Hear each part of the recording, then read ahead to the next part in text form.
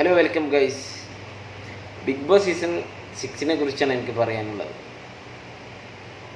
കുറേ കണ്ടസ്റ്റൻ്റ് ഉണ്ടായിരുന്നു. ആദ്യം ജാസ്മിൻ ഉണ്ടായിരുന്നു, ഗ്യാബ്രി, അവരായിരുന്നു ഏറ്റവും കൂടുതൽ ഓളം സൃഷ്ടിച്ച്. അതിനിടയ്ക്ക് റോക്കി ബായ് ചെറുതായിട്ടൊന്ന് തല്ലിയച്ച് മാന്തി എന്നൊക്കെ പറഞ്ഞ് അവനെയും പുറത്താക്കി.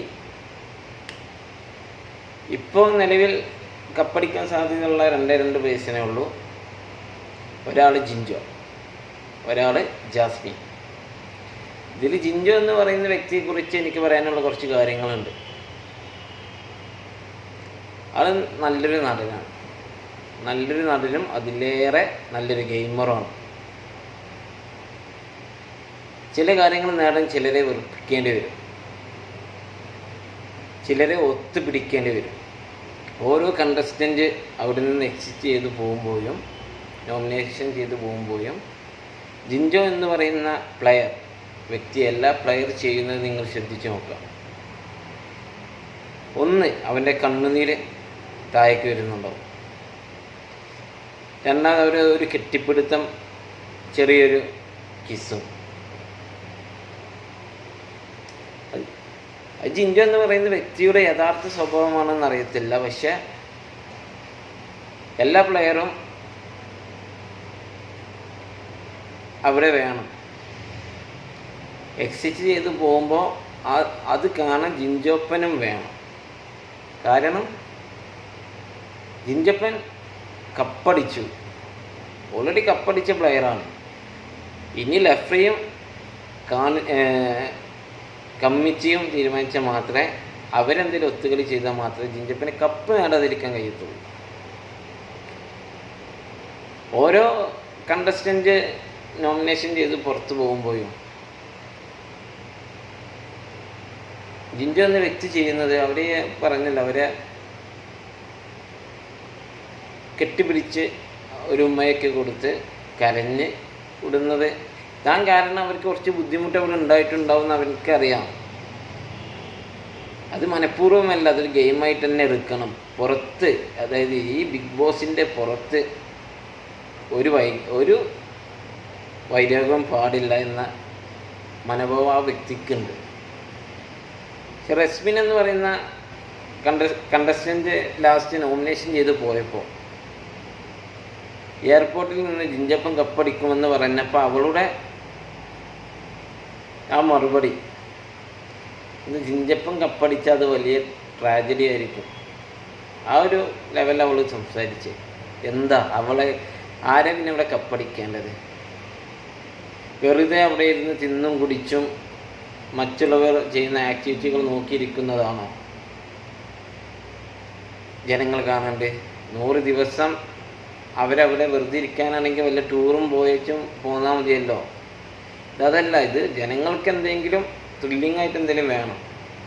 അപ്പോൾ ജിൻജപ്പൻ ചില കാര്യങ്ങൾ കള്ളം പറഞ്ഞിട്ടും ചെയ്യും, ചില കാര്യങ്ങൾ ആവശ്യമില്ലാതെയും ശബ്ദമുണ്ടാക്കും. അതാണ് ഗെയിമർ എന്ന് പറയുമ്പോൾ അങ്ങനെയാ ആവേണ്ടത്. അല്ലാതെ അൻസിബയെ പിന്നാലെ തൂങ്ങി നടക്കുന്ന കൃഷിയെ പോലെയൊന്നല്ല.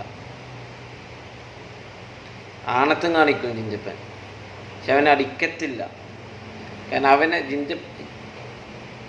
ജിൻജോയെ അവിടെ നിന്ന് നോമിനേഷൻ ചെയ്യണമെങ്കിൽ യേശുനേച്ചിനും മോഹൻലാലിനും ആർക്ക് വേണമെങ്കിലും ആകെ ഒരേ ഒരു മാർഗ്ഗമേ ഉള്ളൂ, കപ്പ് കൊടുക്കാതിരിക്കാൻ ഒരേ ഒരു മാർഗ്ഗമേ ഉള്ളൂ. ജിൻജപ്പനെ കൂടുതൽ പ്രകോപിപ്പിച്ചിട്ട് ആരെങ്കിലും ഒരാളെ ശരീരത്തിൽ കൈവപ്പിക്കണം, ആ ഒരു ലക്ഷ്യം മാത്രമേ ഉള്ളൂ. അതിനിപ്പോൾ എത്ര അവർ ശ്രമിച്ചാലും, ഇപ്പോൾ ജാസ്മീന് മൂട് താങ്ങി പിന്നാലെ നടന്ന അവൾക്ക് കപ്പെടുക്കാൻ ശ്രമിച്ചാലും നടക്കത്തില്ല.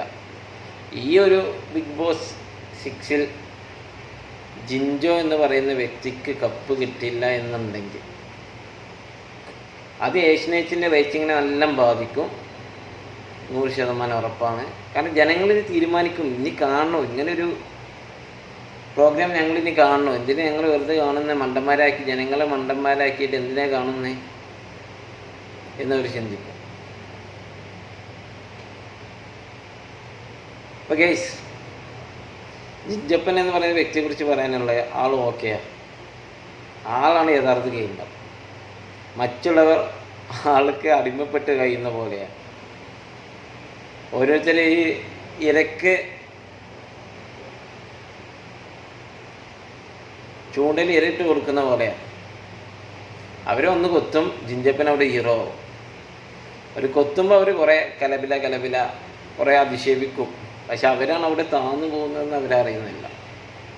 ജാസ്മിൻ എന്ന വ്യക്തിയോട് എനിക്ക് ദേഷ്യമൊന്നുമില്ല. കാരണം ജാസ്മിൻ്റെ വ്യക്തി നല്ല കൊച്ചാണ്. ചില കാര്യങ്ങൾ അവളവിടെ ഓപ്പൺ, അവളെന്താണെന്ന് ജനങ്ങളെ അറിയിക്കാൻ വേണ്ടി ചെയ്തതാവാം അവളുടെ ചില കാര്യങ്ങൾ. പിന്നെ പ്രണയം എന്ന് പറയുന്നത്, പ്രണയം വേറെ സൗഹൃദം വേറെ. ജനറേഷൻ മാറിയില്ലേ. ഇപ്പോഴത്തെ സൗഹൃദം എന്ന് പറയുമ്പോൾ പ്രണയത്തിൻ്റെയും സൗഹൃദത്തിൻ്റെയും ഇടയിലുള്ളൊരു വരമ്പാണ്. അത് പൊട്ടത്തില്ല, അതെന്നും അതുപോലെ തന്നെ നിൽക്കും. ആ വരമ്പ് പൊട്ടിയ രണ്ടുപേരുടെയും കഴിഞ്ഞു. പക്ഷെ ആ വരമ്പ് പൊട്ടത്തില്ല. അതിന് അത്രയും ഉറപ്പും അത്രയും ശക്തിയുണ്ട് നമ്മൾ മുല്ലപ്പെരിയാർ ഡാമിനെ പോലെ. എന്നാൽ ശരി ഗൈസ്, വേറൊരു വീഡിയോ ആയിട്ട് പിന്നീട് വരാം.